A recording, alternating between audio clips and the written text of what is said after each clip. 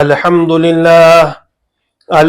لله نحمده ونستعينه ونستغفره ونؤمن به ونتوكل عليه ونعوذ بالله من شرور أنفسنا ومن سيئات أعمالنا من يهده الله فلا مضل له ومن يضلله فلا هادي له ونشهد أن لا إله إلا الله وحده لا شريك له ونشهد أن سيدنا ومولانا محمدا عبده ورسوله أرسله بالحق بشيرا ونذيرا وداعيا إلى الله بإذنه وسراجا منيرا أما بعد.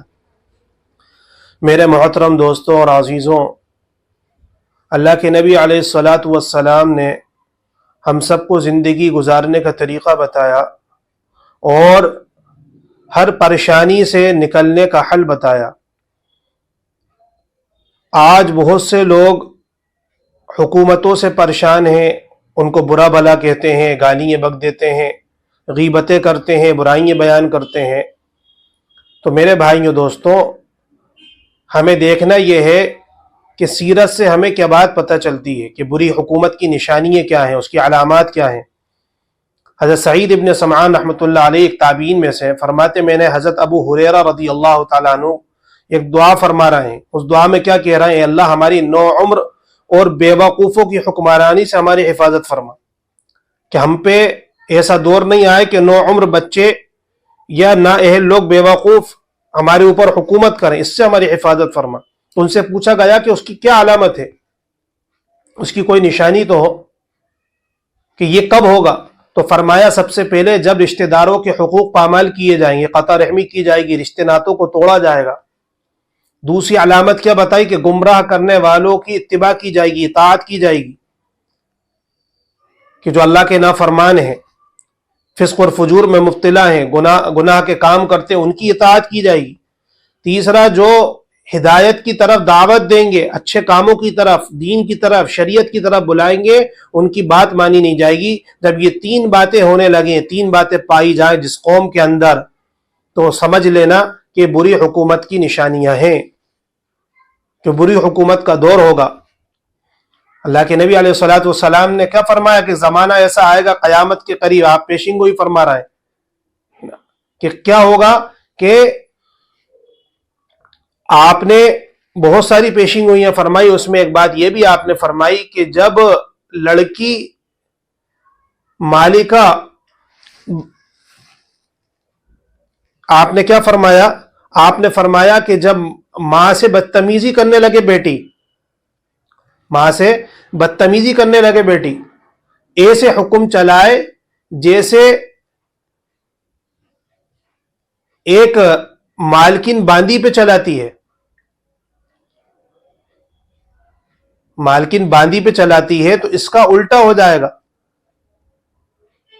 کہ ایسے حکم چلائیں گی جیسے جو ہے ماں کوئی نوکرانی ہو، برا بھلا کہہ دینا، کچھ بھی زبان سے ان کے لیے نکال دینا، یہ بیٹیوں کا حال ہو جائے گا، لڑکیوں کا حال ہو جائے گا۔ مطلب اپنی ماں سے بدسلوکی کریں گی، بدتمیزی، برا بھلا۔ اور دوسری آپ نے ایک اور علامت بیان فرمائی کہ جو ننگے پاؤں ہیں، بدن پر کپڑے نہیں لیتے، خستہ حال، یعنی نااہل لوگ، دین سے ناواقف، فسق فجور میں مبتلا، نہ ان کا اخلاق اچھا، نہ کردار اچھا، نہ ان کی صحیح تربیت ہوئی بھی، وہ بڑی عمارتیں بنانے میں ایک دوسرے پہ بازی ماریں گے۔ یعنی ایسے لوگوں کے پاس اتنا مال آئے گا کہ اس کے اندر بھی وہ بڑی عمارتیں بنائیں گے، بڑی بلڈنگیں بنائیں گے، اور اس میں بھی حرص کریں گے۔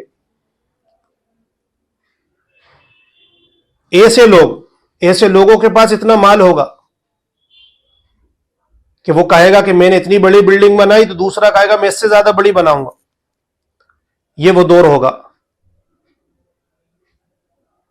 تو میرے بھائیوں دوستوں، اسی لیے اللہ کے نبی علیہ الصلاۃ والسلام نے ہمیں یہ تعلیم دی ہے کہ اس دور کے اندر جب یہ تم پاؤ تو تم ان کو برا بھلا مت کہو، بلکہ ایک روایت میں آپ نے فرمایا اللہ کے نبی علیہ الصلاۃ والسلام نے کہ تمہارے اعمال ہی ہیں، تمہارے اعمالوں کا نتیجہ جن پر تمہارے اوپر ایسے حکومت مسلط کی جاتی ہے۔ تمہارے حکمراں جو بنائے جاتے ہیں وہ تمہارے اعمالوں کا نتیجہ ہوتا ہے، اور تمہارے اعمال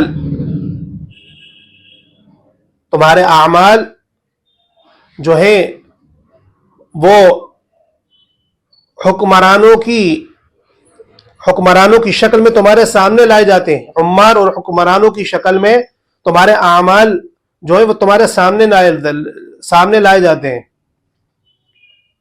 اب انسان کتنا جو ہے، آپ نے دیکھا ہوگا کہ کوئی مجلس ہماری خالی نہیں ہے۔ حضور اقدس صلی اللہ علیہ وسلم نے ہمیں کیا تعلیم دی ہے کہ ہمیں اس موقع پر کیا کرنا چاہیے، بلکہ اب برا بھلا کہہ رہے ہیں، گالیاں بک رہے ہیں، اور نہ جانے کیا کیا کہہ رہے ہیں، بلکہ اللہ کے نبی علیہ الصلوۃ والسلام نے اس موقع پر کیا فرمایا کہ ان کے لیے ہدایت کی دعا کرنا چاہیے۔ تمام حکمرانوں کے جو دل ہیں وہ اللہ کے قبضے کے اندر ہیں۔ اے اللہ تو انہیں متقی بنا دے، اے اللہ تو انہیں پرہیزگار بنا دے، اے اللہ تو انہیں صحیح اسلام کے مطابق زندگی گزارنے والا بنائے اور حکمرانی کرنے والا بنائے، جیسے خلافت اور حکومت ابو بکر صدیق نے کی رضی اللہ تعالیٰ عنہ، جیسے حضرت عمر فاروق رضی اللہ تعالیٰ عنہ کی، جیسے حضرت عثمان غنی رضی اللہ تعالیٰ عنہ نے کی، اسی طریقے حضرت علی رضی اللہ تعالیٰ عنہ نے کی، کہ تمام خلفائے راشدین، اس کے بعد آنے والی جتنی اسلامی جماعتیں ہیں جو ان کے خلیفہ اور امیر رہے، حکمران رہے، جنہوں نے اللہ کی خوف اور خشیت کے ساتھ حکمرانی کی، اے اللہ تو جو ہے ایسی حکمرانی کرنے کی انہیں توفیق نصیب فرما۔ اللہ کے لیے تو کوئی مشکل نہیں ہے، اللہ کے لیے کیا مشکل ہے؟ کوئی چیز اللہ کے لیے مشکل نہیں ہے میرے بھائیوں۔ تو ایسی ہمیں دعائیں کرنا چاہیے، لیکن دنیا میں ایسے لوگ بہت کم پائے جائیں گے، بہت کم ہوں گے کہ جو اپنی حکومتوں کے لیے دعا کریں، ایسی دعا کریں کہ اللہ ان کے دل بھی تیرے قبضے کے اندر ہے، تو ان کے دلوں کو پھیر دے، انہیں ہدایت نصیب فرما دے، انہیں ہدایت نصیب کر دے۔ لیکن میرے بھائیوں، ہوا نا کہ آج رشتہ داروں کے حقوق بھی پامال ہو رہے ہیں۔ کون جو ہے رشتہ داری نبھا رہا ہے آج؟ اور اگر نبھا بھی رہا ہے تو کس نیت سے نبھا رہا ہے، کس ڈر سے نبھا رہا ہے؟ اگر سنت کی نیت سے نبھا رہا ہے تو یہ عبادت بن رہا ہے، اگر دنیاوی مفاد کے لیے نبھا رہا ہے تو میرے بھائیوں نہ یہ دین بننا، نہ عبادت بن رہی، نہ دین پر عمل ہو رہا۔ اور آپ نے دیکھا ہوگا حضرت ابو ہریرہ رضی اللہ تعالیٰ دوسری علامت کیا بیان فرما رہے ہیں کہ گمراہ کرنے والے لوگوں کی اتباع کی جائے گی۔ آپ نے دیکھا ہوگا جو لوگ گمراہ کرتے ہیں، نہ ان کی زندگی میں سنت کی اتباع ہے، نہ ان کی شریعت کے احکام پر چلتے ہیں، فسق و فجور میں، عیاری و مکاری و مبتلا ہے، ان کے پیچھے اچھے اچھے لوگ، اللہ جن کی آنکھوں پہ پٹی باندھ دے، تو وہ آنکھ ہونے کے بعد بھی اندھے ہوتے ہیں، کان ہونے کے بعد بھی وہ بہرے ہو جاتے ہیں، انہیں کوئی دل دماغ ہونے کے بعد بھی انہیں کوئی چیز سمجھ میں نہیں آتی۔ یہ حال ہوتا ہے۔ ایک عالم دین فرماتے ہیں کہ ان کا سفر سوئٹزرلینڈ کے اندر ہوا، تو سفر میں جا رہے تھے، دیکھا تو آغا خان کا ایک محل دیکھا جو جھیل کے بالکل کنارے پہ تھا، اور بہت بڑا محل، عالی شان 3 کلومیٹر میں پھیلا ہوا، ورنہ عام طور سے چھوٹے چھوٹے گھر ہوتے ہیں لوگوں کے، لیکن اس کا محل 3 کلومیٹر پر مشتمل، اتنا بڑا۔ تو ان اللہ والوں کی زبان پہ بات نکلی کہ جو لوگ جو ہے عیاشیوں میں، مکاریوں میں اور فسق و فجور میں مبتلا ہیں، انہیں ہی عوام جو ہے مقتدی اور پیشوا امام بنا لیتی ہے اپنا، انہوں نے کہا اپنی زبان سے، اور یہ بات فرمائی ایسا لگ رہا تھا جیسے دنیا کی جنت ہو۔ تو ان کے جو ساتھی تھے، ان کے ساتھ سفر میں، انہوں نے کہا کہ حضرت آپ نے بالکل صحیح بات کہی، کہ میں نے ان کے ایک معتقد جو آغا خان کا ماننے والا تھا، اس کا مرید، اس سے کہا تو اس نے کیا جواب دیا کہ تم جو ہے اگر کسی متقی دیندار شخص کو جو سنت کی اتباع کرنے والا ہے، اللہ کا نیک بندہ ہے، اسے اپنا پیشوا امام بناتے تو بات سمجھ میں آتی، تم تو ان کو بنائے ہوئے ہو جو خود گمراہ ہیں۔ تو کہنے لگے نہیں، یہ تو ان کا مجاہدہ ہے کہ وہ جنت چھوڑ کے دنیا کی ایسی جگہ پہ رہ رہا ہے، ورنہ اس سے بڑھ کر ان کے لیے نعمتیں ہونی تھی. وہ تو وہاں سے قربانی دے کے یہاں آئے ہیں اس دنیا کے اندر, تو ان کے لیے تو جو کچھ جس میں رہ رہا ہے وہ بھی کچھ نہیں ہے, اس سے زیادہ ہونا چاہیے. یہ جواب دے رہا ہے. تو پھر انہوں نے فرمایا, وہ روایت یاد آئی حضرت ابو ہریرہ رضی اللہ عنہ والی, کہ گمراہ کرنے والوں کے پیچھے لوگ چلیں گے, ان کی اطاعت کریں گے, ان کی اتباع کریں گے, اور ان کے لیے صفائیاں پیش کر رہے ہیں. جو آغا خان کے مرید ہیں, معتقد ہیں, ماننے والے ہیں, یعنی گمراہ لوگوں کو اپنا پیشوا امام بنا رکھا ہے میرے بھائیوں. کیوں کہ اگر اچھے لوگوں کی مانیں گے تو وہاں مجاہدہ کرنا پڑے گا. جب دیندار شخص کے پاس آئیں گے, کسی بزرگ کے پاس, اللہ والوں کے پاس, اس سے کہیں گے کہ جھوٹ چھوڑو, غیبت چھوڑو, زنا چھوڑو, عیاشیاں چھوڑو, فسق و فجور چھوڑو, حرام کاریاں چھوڑو, حرام برائیاں سب سے نکلو, نمازیں پڑھو, قرآن پڑھو, اللہ کا ذکر کرو, تہجد پڑھو, ایک دوسرے کے حقوق ادا کرو, کہ وہ نیکی کی طرف آمادہ کریں گے. اور یہ کام مشکل ہے, اس میں مجاہدہ لگتا ہے انسان کو, یہ نہیں ہو پائے گا. تو ایسے لوگوں کی اتباع نہیں کر رہا ہے, ان سے بھاگ رہے ہیں. اور اتباع کس کی ہو رہی ہے؟ جو خود گمراہ ہیں.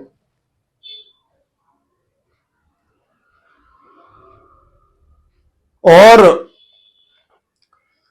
پھر ایک اللہ والے فرماتے ہیں کہ کہیں میں نے پمفلیٹ میں دیکھا, ایک پوسٹر میں لکھا تھا کہ اس شخص کو جو ہے خلیفہ کا حق نہیں ہے, وہ شخص خلیفہ نہیں بن سکتا, اللہ والا بن نہیں سکتا, جو اپنے مریدین کو جو ہے حرم کی زیارت نہ کرا دے بیٹھے بیٹھائے, کہ جس جگہ جس شہر میں بیٹھا ہے وہیں بیٹھا رہے اور حرم کا جو ہے زیارت نہ کرا دے. میرے بھائیوں, تصرفات ہوتے ہیں, لوگ جو ہے یعنی گمراہ کرنے کے لیے ایسی حرکتیں کرتے ہیں کہ ہمارا دل بڑا مطمئن ہو رہا ہے ان سے, اور ہمیں یہ چیزیں نظر آ رہی ہیں, اور ہمارے یہ کام بن رہے ہیں, یہ ہو رہے ہیں. یہ صرف اور صرف ایک انسان کی سوچ سمجھ دل دماغ کا دھوکہ ہے. اب اس پمفلیٹ میں لکھا ہے میرے بھائیوں, قرآن و سنت کے بالکل خلاف بات ہے. اگر کسی شیخ کو کوئی خلافت دینی ہے تو میرے بھائیوں قرآن اور سنت اس کے اندر وہ دیکھیں گے کہ اس کے اندر تقوی کتنا ہے, سنت کی اتباع کتنی ہے, اللہ کا ڈر کتنا ہے, اس کی زندگی نبی کے طریقے پہ ہے یا نہیں ہے, یہ دیکھا جائے گا. تو لوگ اس طریقے سے گمراہ کر رہے ہیں. اگر ایسا ہی ہوتا تو اللہ کے نبی علیہ الصلوۃ والسلام تو مدینے کے اندر ہیں اور آپ عمرے کے لیے تڑپ رہے ہیں, بےچین ہیں. حضرت بلال رضی اللہ تعالیٰ عنہ کہتے ہیں کاش کہ میں حرم کے اندر نماز پڑھ رہا ہوتا, مکے کے پہاڑ میرے سامنے ہوتے. تو اللہ کے نبی علیہ الصلوۃ والسلام کے ایسا نہیں کر سکتے تھے, حضرت بلال کو جو ہے مدینے میں بیٹھے بیٹھائے مکہ دکھا دے, اس کی زیارت کرا دے. جب کائنات کی اتنی بڑی شخصیت اللہ کے نبی علیہ الصلوۃ والسلام جو تمام نبیوں کے امام ہیں, میرے بھائیوں آپ دیکھیں جب وہی عمل نہیں کر سکتے تو پھر آج ان جاہل پیر جو ہوتے ہیں, لوگ جو جاہلوں کو اپنا پیشوا امام بنا لیتے ہیں, وہ کیا نفع پہنچائیں گے, کیا نقصان پہنچائیں گے, کیا ایک بیمار کو شفا دیں گے, کیا ایک پریشان زدہ غم زدہ انسان کی جو ہے حاجت پوری کریں گے, اس کو اس پریشانی سے اس کو نجات دیں گے, اس کو گمراہی سے ہدایت پہ لائیں گے. یہ سب اللہ رب العزت کرنے والے ہیں میرے بھائیوں. جب نبی کے اندر یہ طاقت نہیں ہے تو میرے بھائیوں پھر یہ عام جاہلوں کا قیامت تک کوئی نہیں کر سکتا, دنیا میں کوئی انسان نہیں کر سکتا سوائے اللہ کے.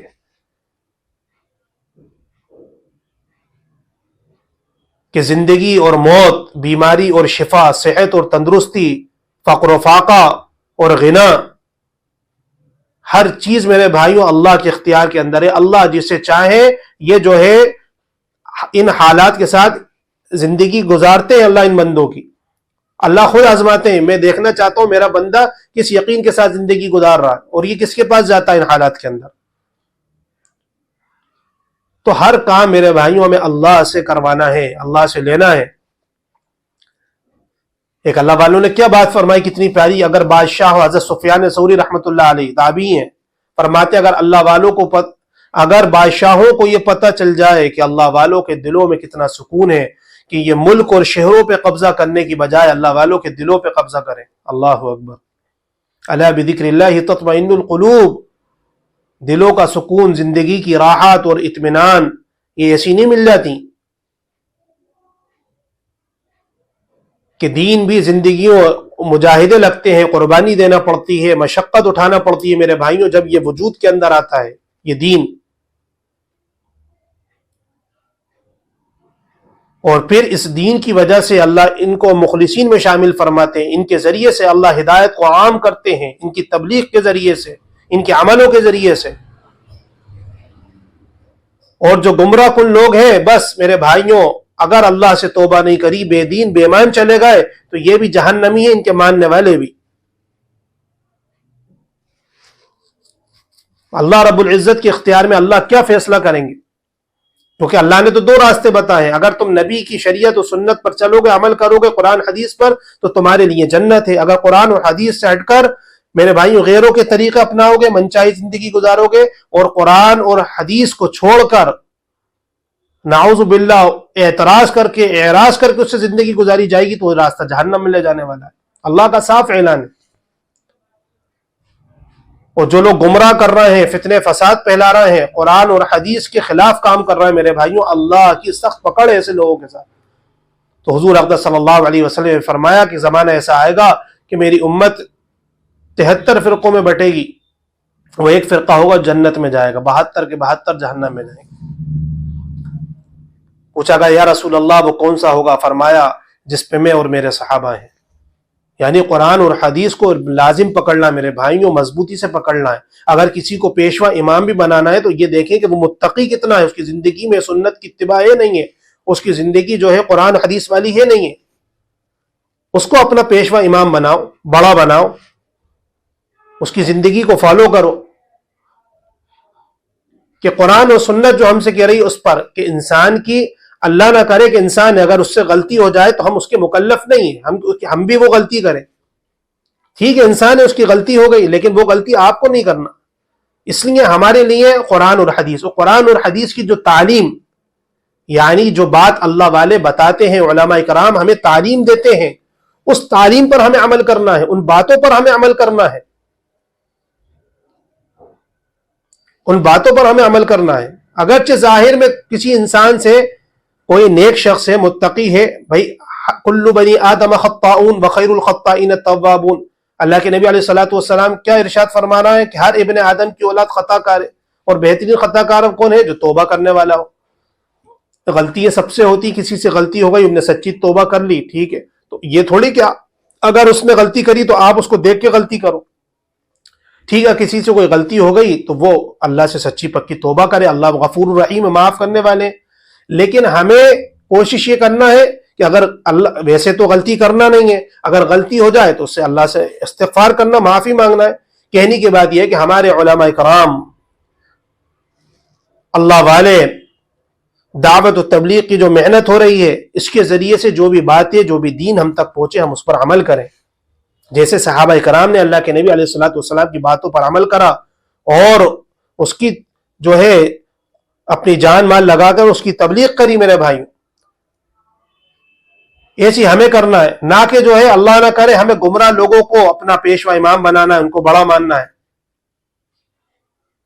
اگر گمراہ لوگوں کو بنائیں گے تو گمراہ ہو جائیں گے، نیک لوگ متقیوں کو بنائیں گے تو میرے بھائیوں متقی بنیں گے۔ اللہ ہم سب کو صحیح دین کی سمجھ عطا فرمائے، بری حکومت سے اللہ تعالی ہماری حفاظت فرمائے، اللہ تعالی جو ہے نیک اعمال کرنے کی ہمیں بھی توفیق نصیب فرمائے، اور ہمارے عملوں کے ذریعے سے اللہ تعالیٰ، نیک عملوں کے ذریعے سے آسمان سے بھی اللہ تعالیٰ صحیح فیصلے فرمائے۔